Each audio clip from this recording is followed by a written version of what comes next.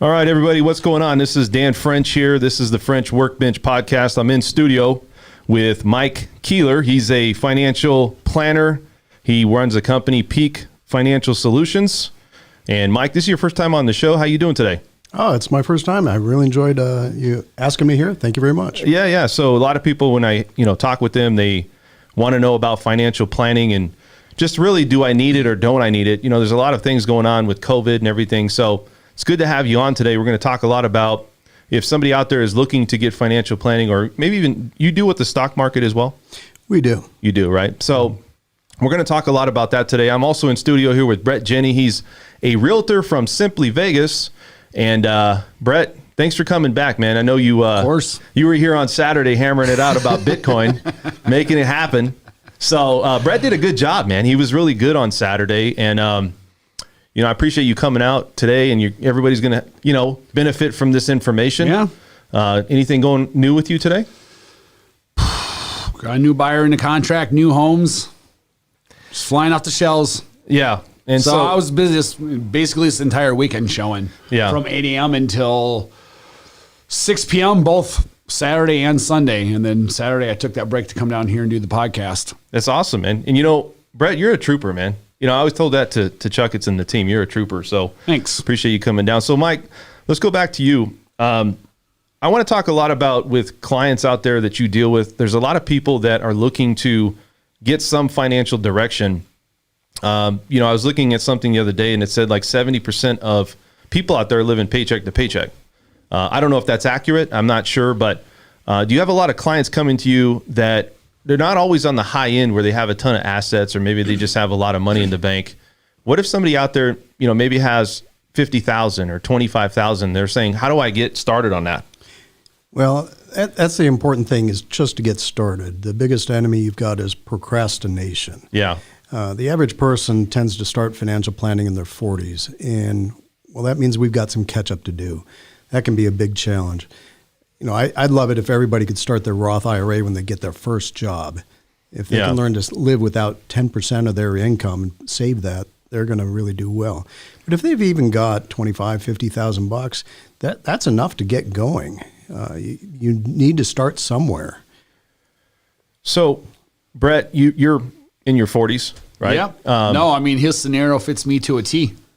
Literally, I'm 44, and in real estate, some years were really well, some years weren't. Yeah.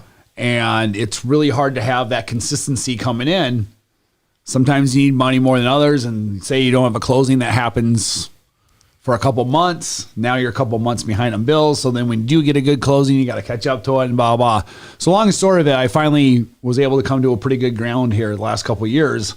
And I've really just been at it for probably a couple of years now with saving and putting enough away. I'm, Sure. 50K category around there. So yeah, when you're living on a commission only, it's a lot more challenging because you need that next sale. And so your income isn't as regular. And yeah, we've seen the real estate market here. Yeah. It's up and down. It's all around. Holy cow. And so you do need a bigger cushion than the average person who's got a regular 9-to-5 job. Yeah. So if you're out there and you're looking to get started, okay, and a lot of people, they're thinking, well, what do I invest in? We talked about Bitcoin. We talked about the stock market. And your advice on investing is, because there's different ways you can invest. You can invest, there's a lot of retirement accounts, right, that you can invest in, like especially company accounts. You can invest in. It's a very slow return. Maybe you want to be more secure that way. And then you also have aggressive ways where if you invest your money, maybe you get a bigger return or a bigger yield on that, right? Right. Well, we need to separate the type of the account from the investment.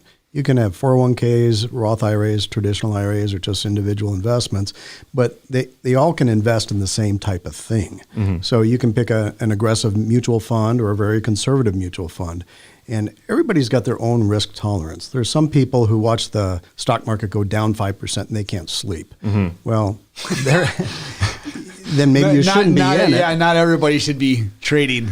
Yeah. You're a big trader though, right, Brett? You do a lot of trading during the day? Yeah, but it's taken me about 3 years to get good about how I go about it. So it's not that I pick the winning stocks every time. I buy in levels now, and there's different ways to go about the trade and having a plan, most importantly. And that's something I never used to have. Right. And, there's a ton of charts and a lot of information out there you can follow, but I'm not so... There's too much information. Yes, that's the problem. That's exactly right. You're exactly right. How many websites are there out there that'll teach you how to invest your money? Yeah. I regularly cruise them, and I'm trying to figure out what people are doing these days. And, I've subscribed to, 10 of them now. And, it's just kind of interesting seeing how, this guy says buy Tesla, this guy says sell Tesla. And I'm like, well, nobody's really consistent in their recommendations. Have you seen a big increase with people with COVID? Meaning, COVID's affected a lot of people. There's now people that maybe had a nest egg that they were going to invest, they're not working, or maybe they just don't want to because they want to put it and keep it in the bank. What is your situation with COVID? How's all that been? Kind of, a lot of people don't know what to do, especially in this time period. Do you have some information on maybe how to help people, still invest through this process? Well, I recommend people invest regularly. Yeah. You put money away on a monthly basis, and you treat it like a bill, like your electric bill, your water bill, or your credit card bills. You pay that every single month, and you're putting money away. Now, the neat thing is if you've been doing that and you have a problem, well, you can take that money out. Yeah. So, having those savings there gives you that advantage and that cushion and kind of a sleep factor. Mm-hmm. Brett, what about you, man? You've seen a lot of people that are struggling through, I wouldn't say struggling, but there's a lot of people that have been on the fence now because of COVID. I know last year we had a lot of people that were looking to buy homes and they were looking to invest their money, and they were putting that on the sidelines now saying, hey, we're not ready for that. I'm seeing a lot of people who now have put that to the side and say, I want to buy real estate. Yes. I have some money here that I want to invest. Why is that though? Some of them have just been like, they're pulling their money out of stocks and they're sticking in the real estate, and they all have their different reasons of where they're getting their information from and why they're saying whatever they are. But people who are sitting on the fence before this, probably in the last 6 months going into right now, are really pulling the trigger and getting it done now. Yeah. Now, are these income-producing properties or homes that they're mostly people that are either moving here from California or New York, right? Right. A lot of Californians. But here's what we're finding out too, is, man, the amount of buyers between like 600 and $1 million right now is crazy. Mm-hmm. I've never seen that many buyers between that price point in my life. Well, they can sell their California house. So here's what they're doing. They're moving here and they're buying $900,000 property for themselves, and then they're buying like another $400,000 investment property on the side. Wow. Mike, do you have a lot of people that come in and they have tons of properties like that? How do you help somebody that has a lot of properties? Is there a way to strategically help them? Well, one thing I always ask is, what's your return on this property? Yeah. And sometimes they don't know. If you've ever watched Shark Tank, they want to know, you got to know your numbers, right? And it just blows my mind that, I don't know how much I'm clearing on this rental. Well, are you making money or are you losing money? If you're losing money, you shouldn't be in that business. You the same, Brett? I mean, you got a lot of people that are investment properties. Do you have a lot of people that are looking for investment properties right now with this whole COVID thing happening? They're looking primarily for themselves, or they're looking for. So yeah, there are some of that, but it's primarily people moving here looking for themselves, or they're looking for a second home right now. For some reason, they're saying, hey, I'm not going to move here, but I want a house that I can live there for, or spend, a couple weeks every 2 months here or something like that. And that's all they're going to use it for, is maybe 3 months of the year. And they're not going to rent it out. They just want it for or 6 months in a day. So they can be a Nevada resident. Yeah. So that's basically he's moving here. Well, so let's talk about if you wanted to get started. So I think what I'm trying to give to people out there is if you're a person out there that doesn't have a ton of money, doesn't get started, maybe, a lot of times we know that families and places, people get set up different ways. Let's say you're somebody that's just starting out. You're the beginning family, or you're a family that's trying to save. Maybe they're trying to upsize, or maybe they're starting to think they're in their 30s, late 20s, early 30s. We always say 40s was when people usually start. And it seemed like that's kind of late, right? Does it seem like it's late to you? I think so. You really should be starting in your 20s. Yeah. And, as I said before, if you can start when you get that first job, because imagine, graduating from high school and all of a sudden you're working full time, or college and working full time, all of a sudden that seems like just a ton of money. And, so that's a great time to start saving 10%, because you're not going to be living off of that 10%. Yeah.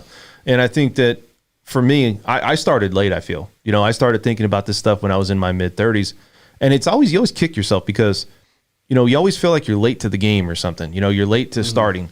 And I didn't think about doing any type of investment or anything. And I feel like I waited too long. But the people out there, maybe they have more information now where they don't have to wait too long to get started. And I think that's where people need to understand. A lot of the information's out there, I'm sure. But like he was saying before, there's so many resources out there that at the end of the day, you either get it or you don't. And I think it's just a hard concept for somebody in their 20s to be that mature wise. Yeah. You know what I mean? Well, you got a lot of people making YouTube videos and stuff. And I mean, they're making a lot of money with that. They got a lot of people out there that are learning how to just invest in different ways. And it seems like at a younger generation, because you have everything at your fingertips. You have all this data, you have all the computers. And so it seems like there's younger people making a lot more money these days. But also, are they setting it up for success, or is it they're making it and then they're trying to reinvest, which everybody takes risks. But, what is your thoughts? I mean, is there a younger generations right now? What's your experience with that? I do find young people from time to time who come into my office and they just want to get started, or a parent will drag their kid in, kicking and screaming. Right. And, it's kind of interesting. That's how it should be. Yeah. And the parent will say, okay, we're going to open a Roth IRA for you. I'll put in $500 if you do $100 a month. Yeah. And okay, the kid gets started, and then all of a sudden they start reading their statements and like, well, I'm making money. Mm-hmm. Well, that's kind of cool, and I'm not doing anything. Yeah. So, one thing I really think is you need professional advice. Finding a financial advisor, I always recommend a certified financial planner. That's kind of the top designation in our industry. And, find someone who's going to be a fiduciary, who's going to tell you what you're supposed to do. Yeah. There are a lot of people out there who call themselves financial advisors, but they're commission-only products. And watch out, turn around, run away. Yeah. Yeah.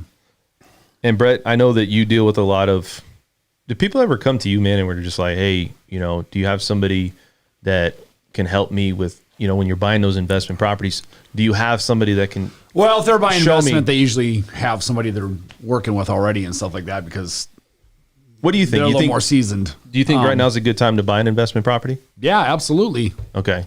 I mean, the one problem that I know it's out there, I only had one buyer come across this problem, which is it wasn't going to be owner occupied. And the way that was you. Yeah. With Colleen. Yes. That was you.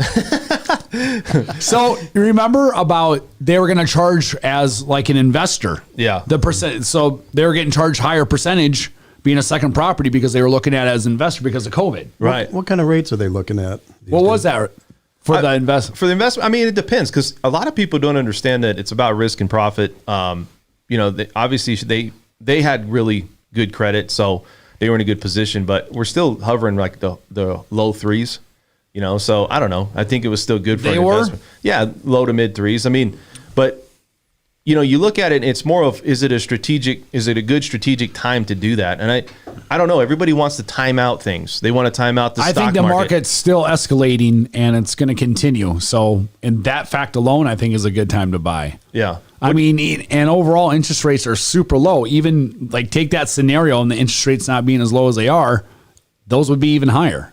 What do you think about the stock market here, Mike? You think the stock market's something to invest in, or is it just because, Brett, look, you do this every day. I mean, I'm not saying you're a trader. I don't do it for a living. I wouldn't put in. So there's a huge difference, though. Right. Listen, I babysat my nephews and nieces a couple times. I'm not a better parent than my brother. No, but you look at it and you're like, there's some opportunity, and I think you kind of go a little bit more for. I just find it fascinating that I can make money off my money. That's something like I was raised in a family where it was blue collar and there was paycheck to paycheck, and then I started. First, I had to get to a point where I could relax a little bit and take my foot off the gas and be able to be like, okay, what do I start doing now that I'm starting to accumulate a little bit? And then I was just fascinated by the idea of like 3 years ago when I started trading, or when I first got interested in stocks, I didn't even know how to read a ticker symbol. I didn't know what any of it was. It's all self-taught. And it was just out of pure curiosity of, wow, I can sit there and just make money off my money without having to. So it really that's kind of something to think about. You can work for money, or money can work for you. Yeah. Right. Yeah. All right.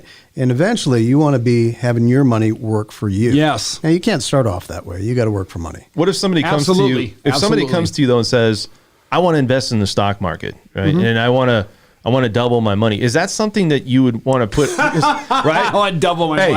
How does that happen? I would say I have some snake oil for you too, man. Yeah, honestly, if they came in with those expectations, I'd say, this is not. I'm not the Do right you guy have for people you. come in like that though? They think right away, financial planner, what am I going to do? I'm going to just do nothing but, let me give you an compound example my money. with that comment.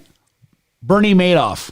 He was allowed to get away with for as many years by doing what, even 10% or 11% return?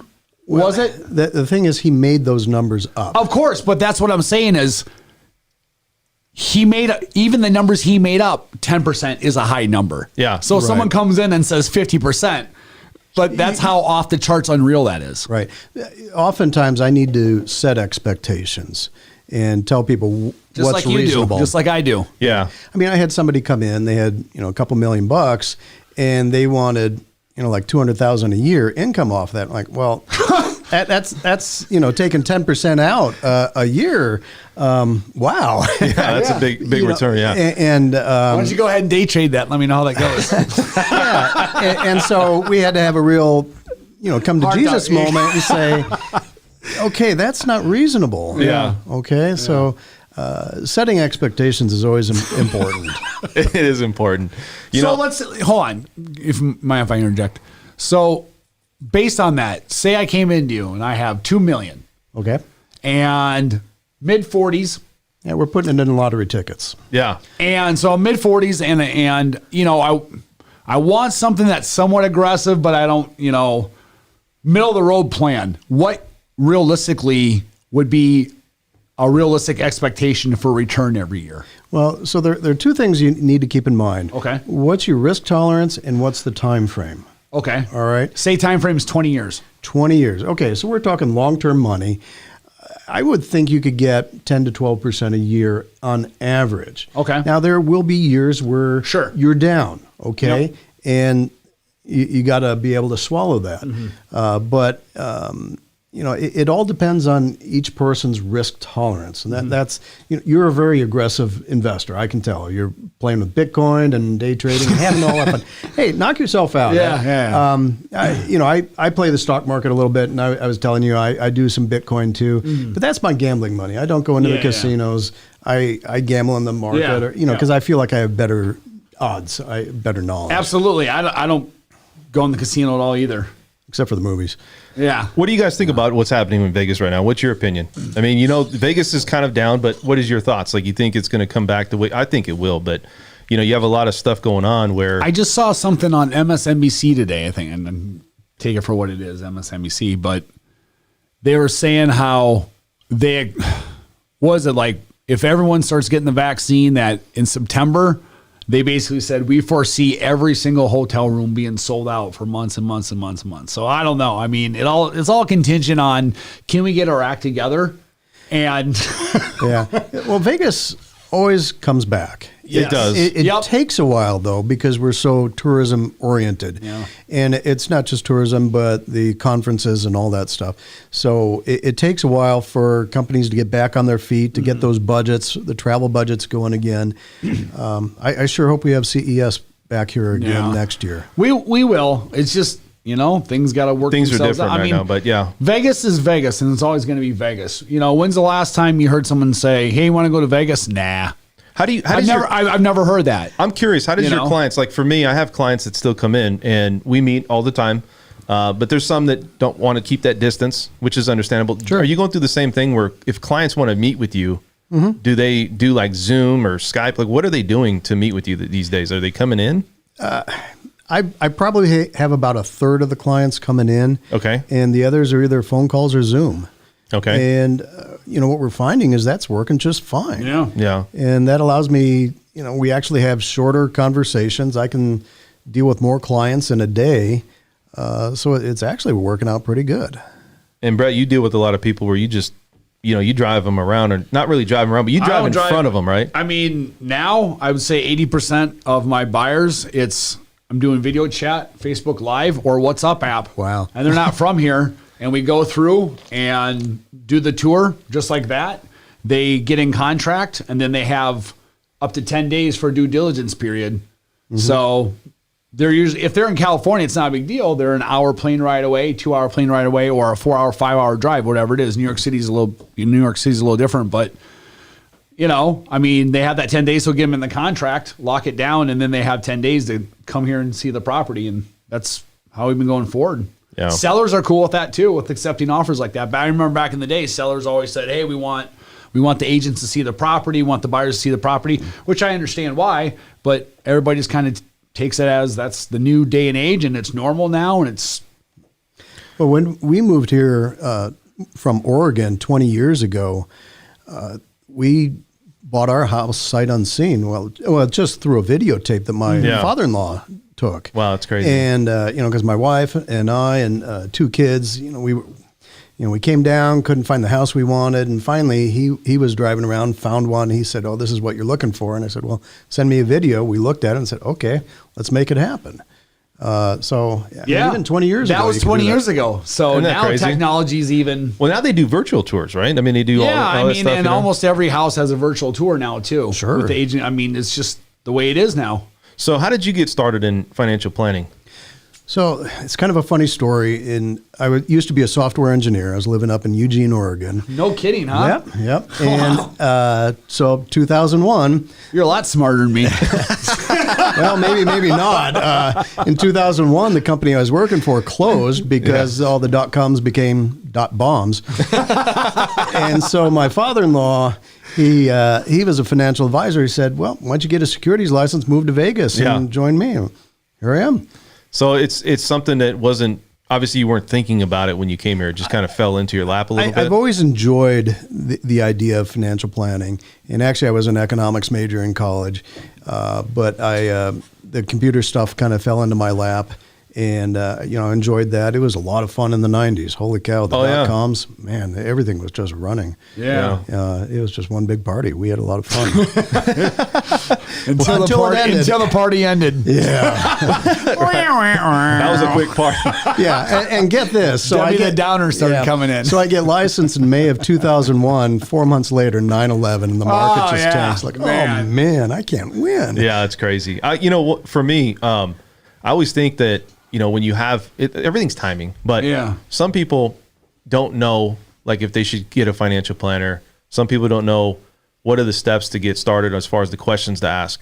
So say I was somebody that's very green at this. I don't know what to do, but I know that I'm not responsible enough, or I don't have the idea of how to put my money somewhere. What are some of the questions that a lot of people come to you, and maybe the basic questions that they ask you? Well, first of all, you want to look for the certified financial planner.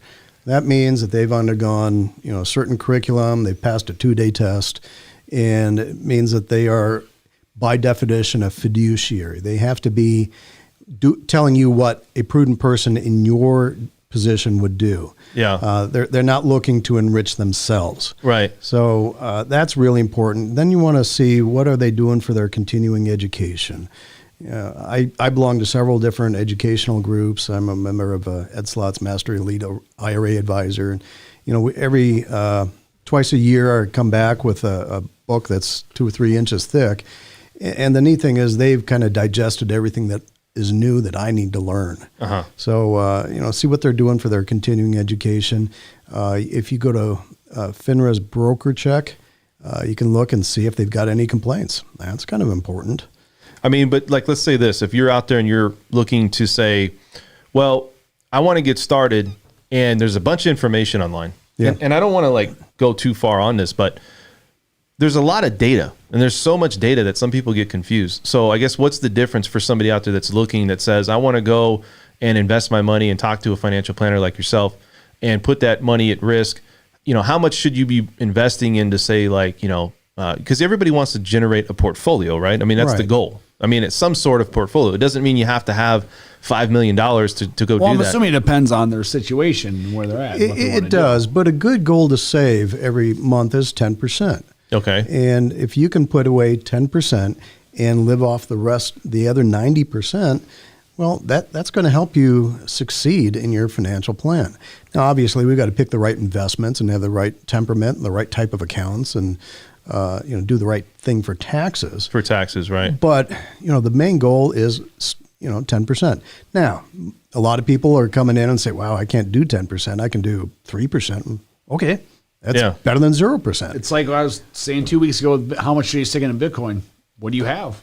Right. Well, I don't know if there's a number, but take a percent, like pocket change. If you have $100 to your name, take $2. If you have $1,000, take $100. Like same thing, Right. You need to, Bitcoin's really aggressive. So, it's kind of the wild west out there. It was more along the lines of conversation we were having as far as longing it and believing that it's going to be the future or whatever it is. It's like, listen, take it, not to trade it.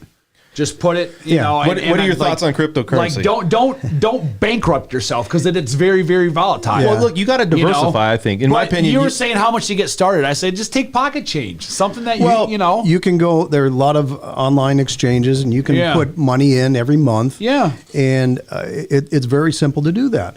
But I think with the cryptocurrencies, you have to have a higher level of sophistication because it is so easy to get swindled or cheated there, and there's no recourse, or you can lose your money. We've all heard the story of the guy who's got 2 more attempts on his password to get that. Yeah, did you hear that story? What was that story, Brett? The guy tried to get in, right? Well, if you're going to be rolling at that kind of level, then yes.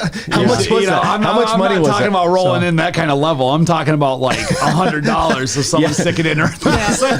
But like, damn. Bitcoin is, all the cryptos are unregulated.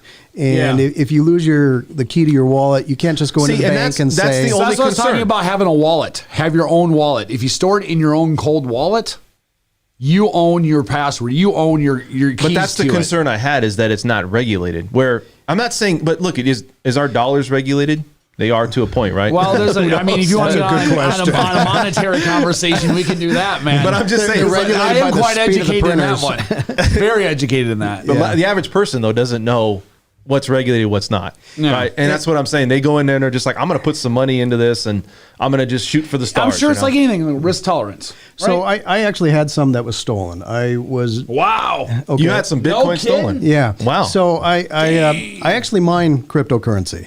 I've got a couple mining rigs. Okay. Wow. Yeah. I'm mining Ethereum right now. Brett's your new best friend. Hey, I'm making money, just sitting here talking to you. Right. Good for you, man. And it's just a hobby. I love computers, and it was kind of a hobby to see how this stuff worked. Yeah. And so I had this mining you program. of all people with computer programming. Yeah. So I had this thing, and it was mining on one of these websites, and somehow Bitcoin. Yeah. Well, I wasn't mining Bitcoin. I was mining Ethereum. Okay. All right. Still, that must have been back in the day. It was. And but what happened was somebody at the company that was running the pool stole all the money. Oh, he did a pool. Yeah. And all of a sudden. Dude, he's right, man. There's a ton of scams that have. And that sucks. And somebody hacked them and stole their money. Now, these guys did make it up. Damn. They did repay all that money that was stolen. It took them years to do it. Yeah. So, this Good is for the them reason. because most people don't. Yeah, this is the reason I tell people you really got to be savvy if you're Yeah, going to do this yeah. because, hey, I've had Bitcoin stolen from me. So How in could somebody? in a situation like that where someone else has access to it, and this is, you know who Trace Mayer is? Mm-hmm. So Trace Mayer actually lives. He's a huge. I mean, he was buying Bitcoin when it was like 25 cents, dude. Right. Right. And he's never, according to him, sold it. Yeah. I'm sure he sold a little for probably whatever, but I mean, this guy's held it when it went up to 20 grand, back down to 4 grand, whatever. He lives here in Vegas, and he wrote a book, I think it was, where he has like a saying that says like, no keys. It's not your, basically, if you have no keys to it, it's not your Bitcoin if you don't own the keys to it. And this is what he's talking about is like a pool like that. You don't own the keys or the password to your coin, right? Uh-huh. But it's the same thing. Like if I'm doing an exchange on Binance and I have my Bitcoin on Binance, I don't actually have the keys to my Bitcoin. Binance does. That's They're correct. the custody of it. So what happens if somebody hacks into? So to someone them, hacks though? into Binance, Right. I'm screwed. So how do they assure? That's why that's what I was saying. See, and that's what I'm telling you about. my What I was thing, saying though. before him. If you're talking about that kind of level where you're talking tens of thousands, hundreds of thousands of dollars or something like that, I would never keep it on an exchange. I would keep it in a cold wallet. Really? Yes, because of that reason. Because that's the only way that nobody can get it. That's true. Because all the exchanges, I mean, you've just got your little password to get in there. And so, you want a physical hardware wallet that you can download the stuff to. So let me say this. We always talk about this because so you have stocks, you got housing, you have Bitcoin, cryptocurrency, you have, there's other forms like of investing. What is somebody out there, if they want to kind of understand all this, is this all research online and that's just your best bet? I mean, because there's a lot of people that don't understand this stuff, Yeah. They should just talk to him, honestly, because he does cryptocurrency too. Well, he knows how to organize it all. I don't recommend it for my clients. You don't recommend it? Because I don't think the average person. I'm just kidding, man. I think it requires a certain level of technical sophistication that the average person does not have. Now, I mean, if you feel comfortable. What if I'm somebody though? It's like, hey, I got a couple $100. You know what though? As much as I love Bitcoin, I totally understand where he's coming from because he's responsible for other people's money, and that's a whole different circumstance of looking at something. Right. I don't want I don't want somebody calling in and Absolutely. saying, "Oh, Mike, I get it. This website got hacked, and you said Bitcoin was a good thing."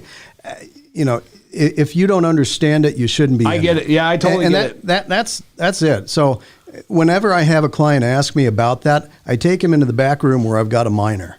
Okay, Yeah. and it's this big metal frame, and it's got these cards, and it's making all Just this noise. start explaining to him the protocol on it. And I say, if you can understand this, then go ahead. No, you're right. Most people don't understand. They look at this thing and it's got all these cards and lights and In stuff. fact, what do I say to you all the time? I say, listen, there's no point in trying to go over the protocol or explain to people what it does. Yeah.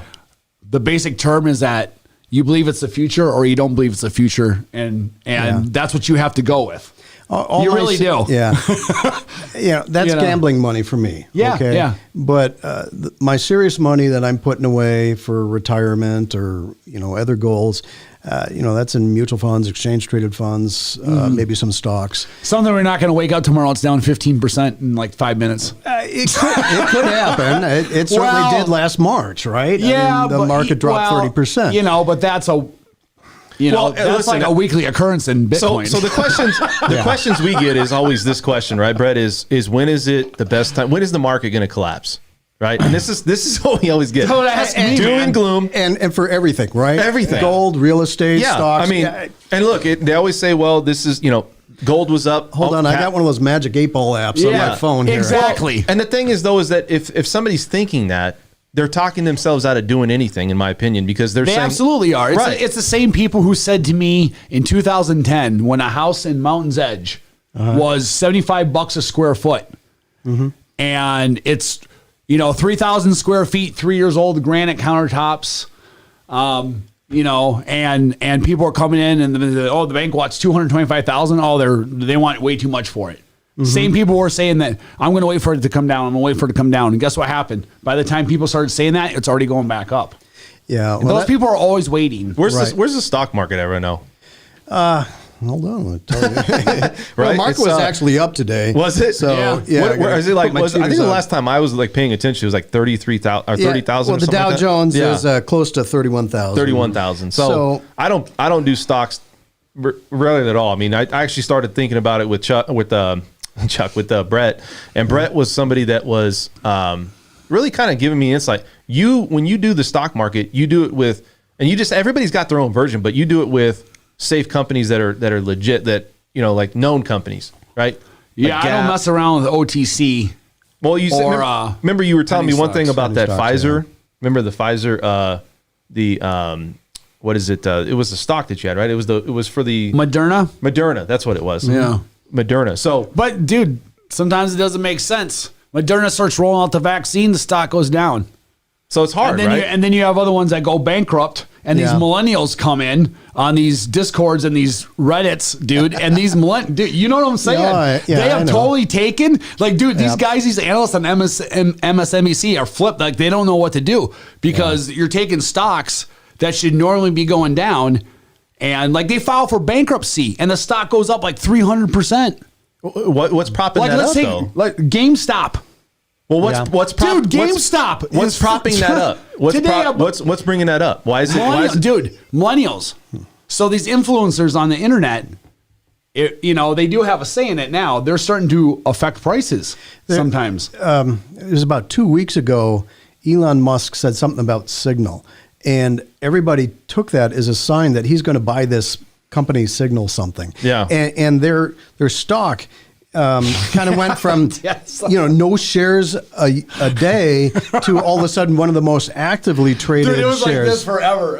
Yeah, and it's just this little tiny company, and the CEO's going, what's going on? Who is a rent-a-car company that filed for bankruptcy? Avis or? I think they all have. But it was I think it was Avis last year or something like that. They filed for bankruptcy. Hertz did too. Hertz and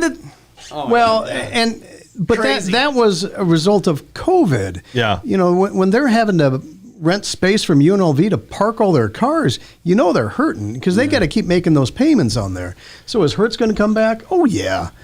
This is just, the bankruptcy was just a way to restructure their debt, to give them more time. Because as soon as they announced a restructurement, that's when it started really. But I mean, we're talking extreme volatility in some of these days. Yeah. Well, I'd like to go back to something you said earlier. You want to invest in stuff you know.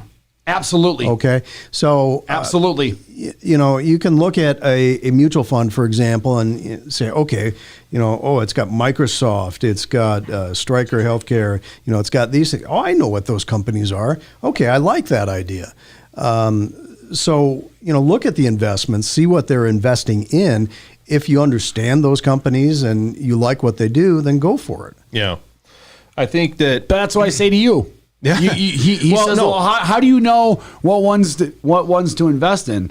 I said, I have a certain ones that I. But you've obviously failed and you've succeeded too, and you've learned from your mistakes, right? That's why.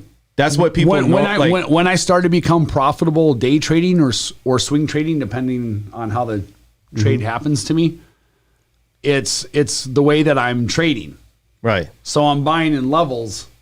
Sure. And you know what I'm saying? Like that way Right. And you sell quick. Like, do you ever hold something? Depends. I mean, listen, sometimes I'll wake up and I'll catch something. I'll catch a 7% on a pre-market. I'm not waiting for it to hit market. Sure. Because that can go vroom, as quick as that, or it can just keep on going up. I mean, I missed out on a lot of runners because I've done that too, but I don't get greedy. I make my 4 or 5%. I'm good to go. I'm off to the next one. I don't care. It's nothing to me, Yeah. I'm not an active trader like that. No. We put money into mutual funds or exchange traded funds, and we're more of a buy and hold. We're not going to be actively trading. Most of my clients understand that. I did have a few call me, last March when the market dropped 30%. Mike, do we need to do anything? Nope.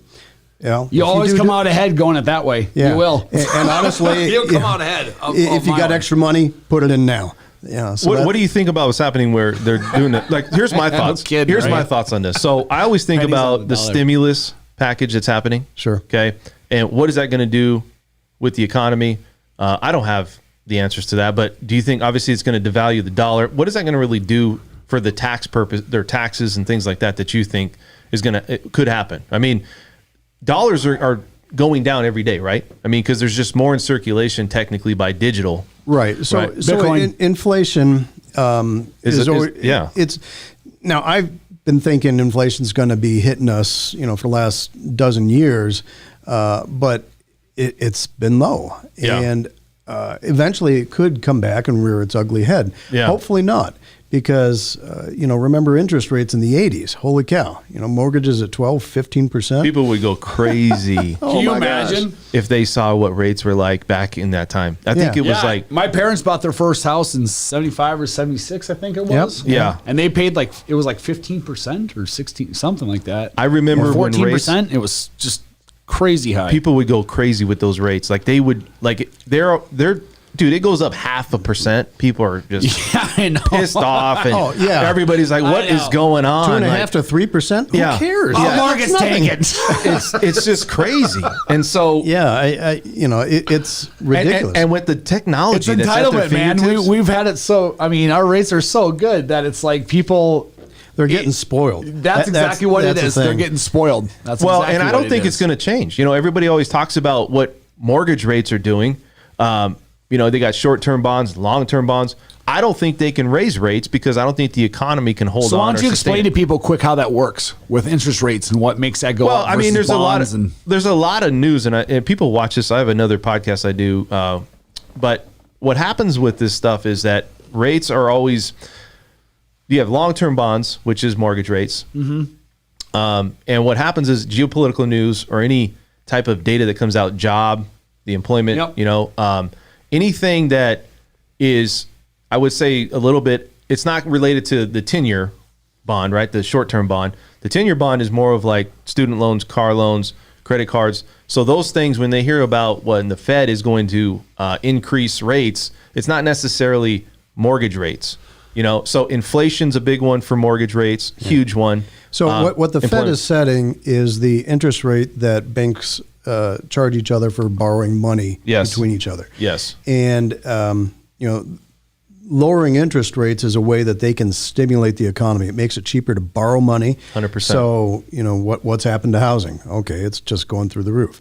But it also allows businesses to borrow money to expand, build a new factory, buy a new machine, something like that, and hire more people. And that's the idea, is to stimulate the economy that way. The problem is when rates are so low, that means they can't lower them anymore. And I think we're at that bottom, right? Would you say we're close? Pretty darn low. Right. And that's what I was looking at. So what we had seen before COVID was the rates were starting to tick up a little bit. Right. And that's a sign of a good, healthy economy. They want to keep inflation in check. Exactly. And, it's really tough when interest rates are so dang low. I mean, you look at your savings account and like, oh, wow, I made 2 pennies today. Right. Why bother? Right. Exactly. I mean, and that's the thing, is that's why people are looking at other alternatives, because they're printing money. Rates are low. When I was telling you about the mortgage rates not going up, it's primarily because the Fed is purchasing these bonds at a very high clip, like I think it's 120 billion, right, a month or something like that. Something like that, yeah. And so all it's doing is it's just keeping things where, keeping even keel, if you want to call it. But it's not a true market. It's not a market where you have investors coming in and investing money and having things, more of a more. The Fed is bigger controlling it. They control it. Yeah, They figured out it's how to not control a free. it. It's not a free market. No, Right. Interest rates are not a free market. Correct. But the Fed is there to try and keep the economy doing as well as possible.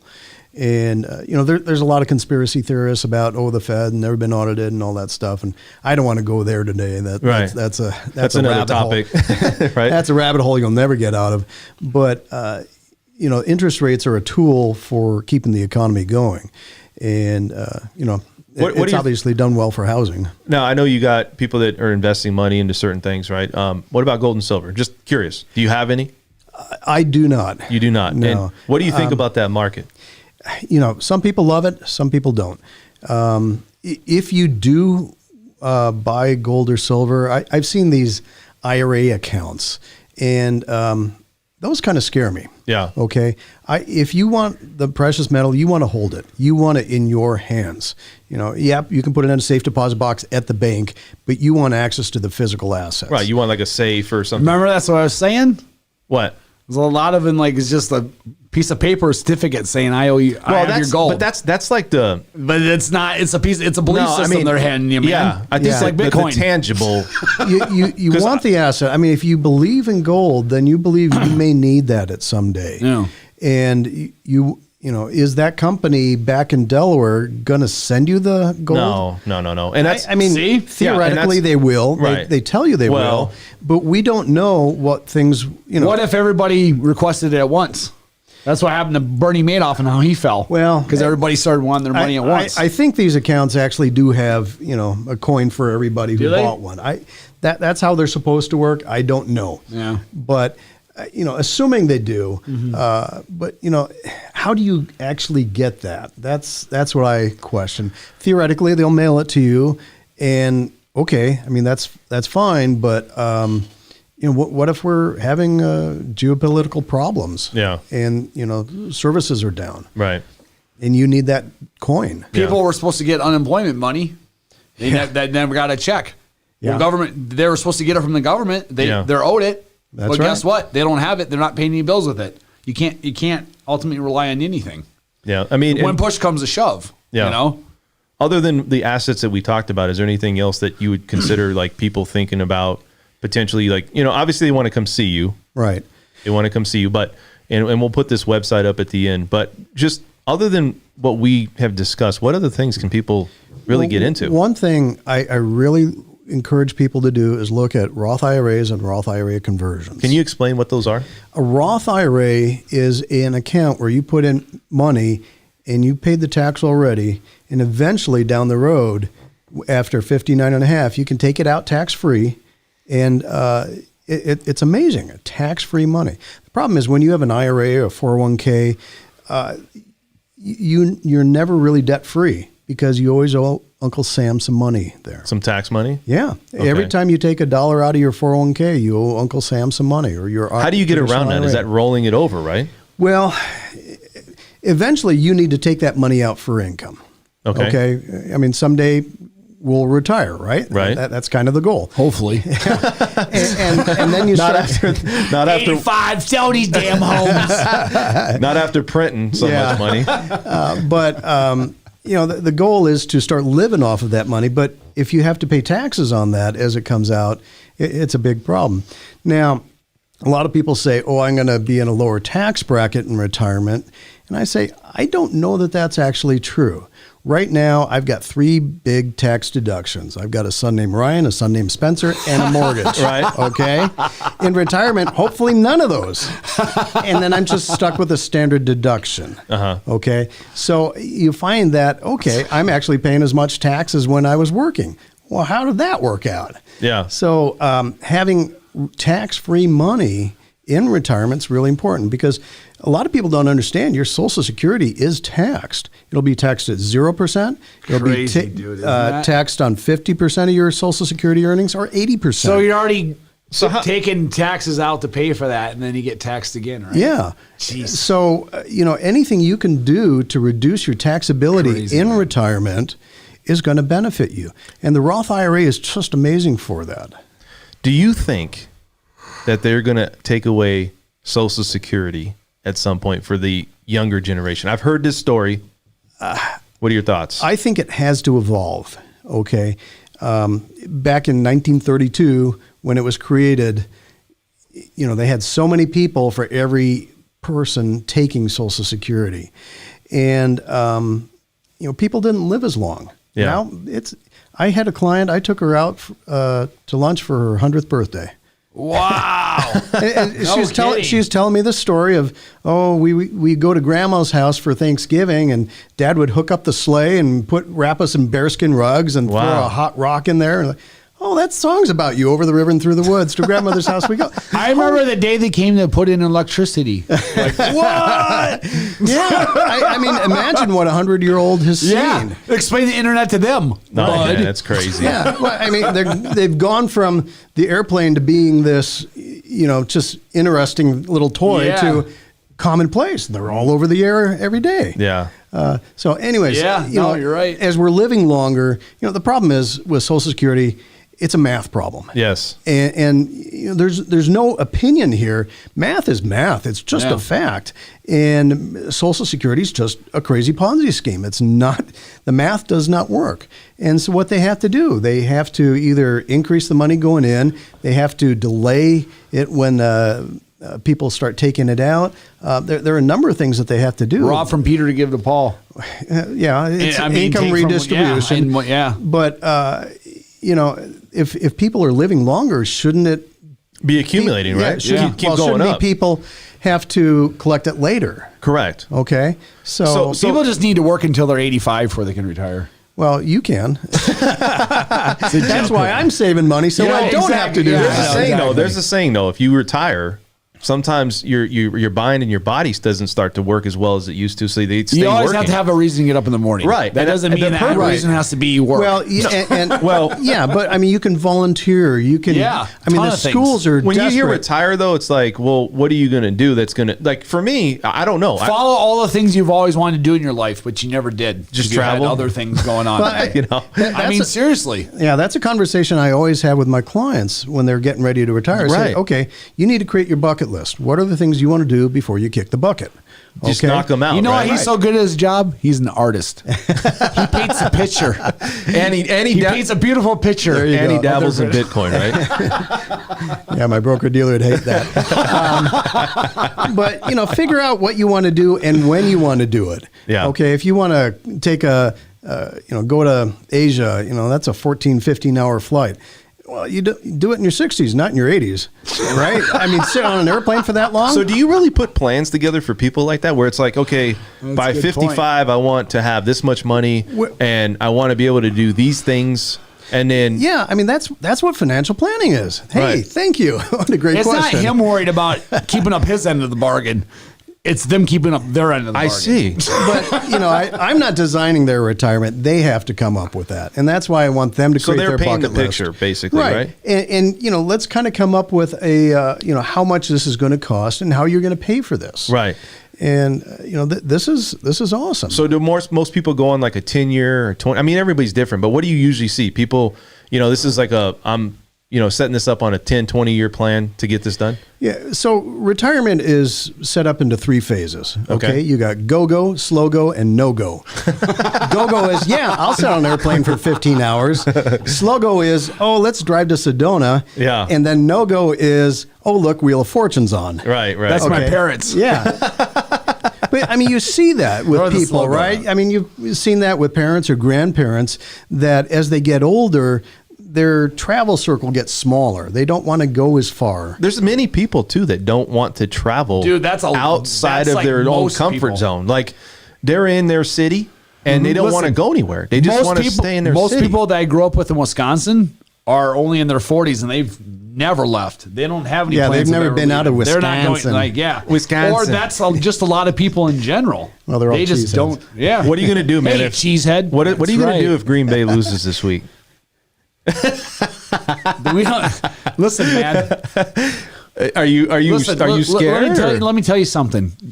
You West Coast guys, right? Uh-huh. You've got oceans, you've got mountains, you've got sunshine. You know what we have? What? Beer and football. That's it. Beer and football. Is there and any cheese. mountains in And muskies. Wisconsin at all? Nope, just big hills. Oh, cheese curds. Cheese curds.